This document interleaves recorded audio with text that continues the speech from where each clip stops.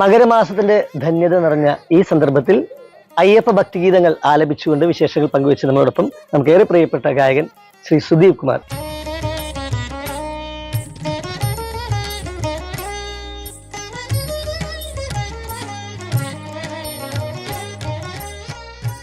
സുദീപേട്ട സ്വാഗതം. നമസ്കാരം. മകരജ്യോതി ദർശനത്തിന്റെ പുണ്യം നിറയുന്ന സായാഹ്നം ശബരിമലയിൽ എത്രയോ അധികം ആളുകൾ അല്ലെ പ്രാർത്ഥനാപൂർവ്വം നിൽക്കുന്ന ആ സമയത്ത് സംഗീതം അവിടെ അലയടിക്കും. സുദീപേട്ടനറിയാവുന്ന മകരവിളക്കുമായി ബന്ധപ്പെട്ട പാട്ടുകൾ പെട്ടെന്ന് ഓർമ്മ വരുന്ന ഒന്നോ രണ്ടോ പാടാമോ?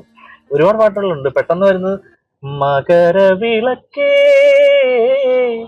മകരവിളക്കേ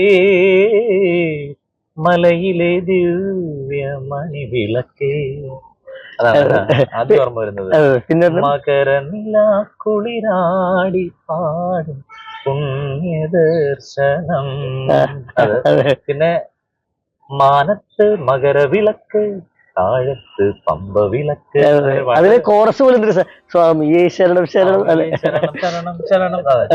അതിലെ ഈ ഗംഗയമരൻ സാർ ചെയ്ത ആ ആൽബത്തിലെ പാട്ടുകളെല്ലാം വളരെ പ്രത്യേകതകളായിരുന്നു. അന്നത്തെ കാലത്ത് അത് കുറച്ച് വിമർശനം ഉണ്ടായിട്ടുണ്ട്. യാഥാസ്ഥിതിക സംഗീത പ്രേമികൾ അയ്യപ്പൻ പാട്ട് ഈ ഹാർമണി കോറൽ ഹാർമണി ഒക്കെ വെക്കുമ്പോഴത്തേക്ക്, അതുപോലെ തന്നെ ഋതം കുറച്ച് ഹെവി ഋതം ഉപയോഗിച്ചപ്പോഴൊക്കെ ആളുകൾക്ക് അതിനകത്ത് അഭിപ്രായ വ്യത്യാസം ഒക്കെ പറഞ്ഞവരുണ്ട്. എനിക്ക് എന്റെ കുട്ടിക്കാലത്ത് ചിലർ പറഞ്ഞതായിട്ട് ഓർമ്മയുണ്ട്. പക്ഷെ ആ പാട്ടുകൾ കാലത്തെ അതിജീവിച്ചു. ഇന്ന് കേൾക്കുമ്പോഴും എത്ര ഫ്രഷ് ആയിട്ടുള്ള തീർച്ചയായും ആ താളാത്മക പിന്നീട് എത്രയോ താളം ഏറിയ പാട്ടുകൾ വന്നു അല്ലെ. പിന്നെ അയ്യപ്പൻ പാട്ടുകൾക്ക് അതൊരു താളം എന്ന് പറയുന്നത് ഒരു കൊഴുപ്പ് തന്നെ. ഇഷ്ടം പോലെ പാട്ടുകൾ എല്ലാ തരത്തിലുണ്ട്. അയ്യപ്പനോട് ഇപ്പൊ നമുക്ക് ഭഗവാന്റെ മുന്നിൽ സന്തോഷമായിട്ട് നമുക്ക് പോകാമല്ലോ. ഭഗവാന്റെ മുന്നിൽ എപ്പോഴും സങ്കടങ്ങൾ ഉള്ളതല്ല, നമ്മുടെ സന്തോഷങ്ങളും ഭഗവാനോട് പങ്കുവയ്ക്കും. ഇത്തവണ അങ്ങനെ ദർശനം സന്തോഷപൂർവ്വം പോയി സാധിച്ചു. ഇത്തവണ ഞാൻ സന്തോഷമായിട്ടാണ് ദർശനത്തിന് മലയിൽ പോയത്.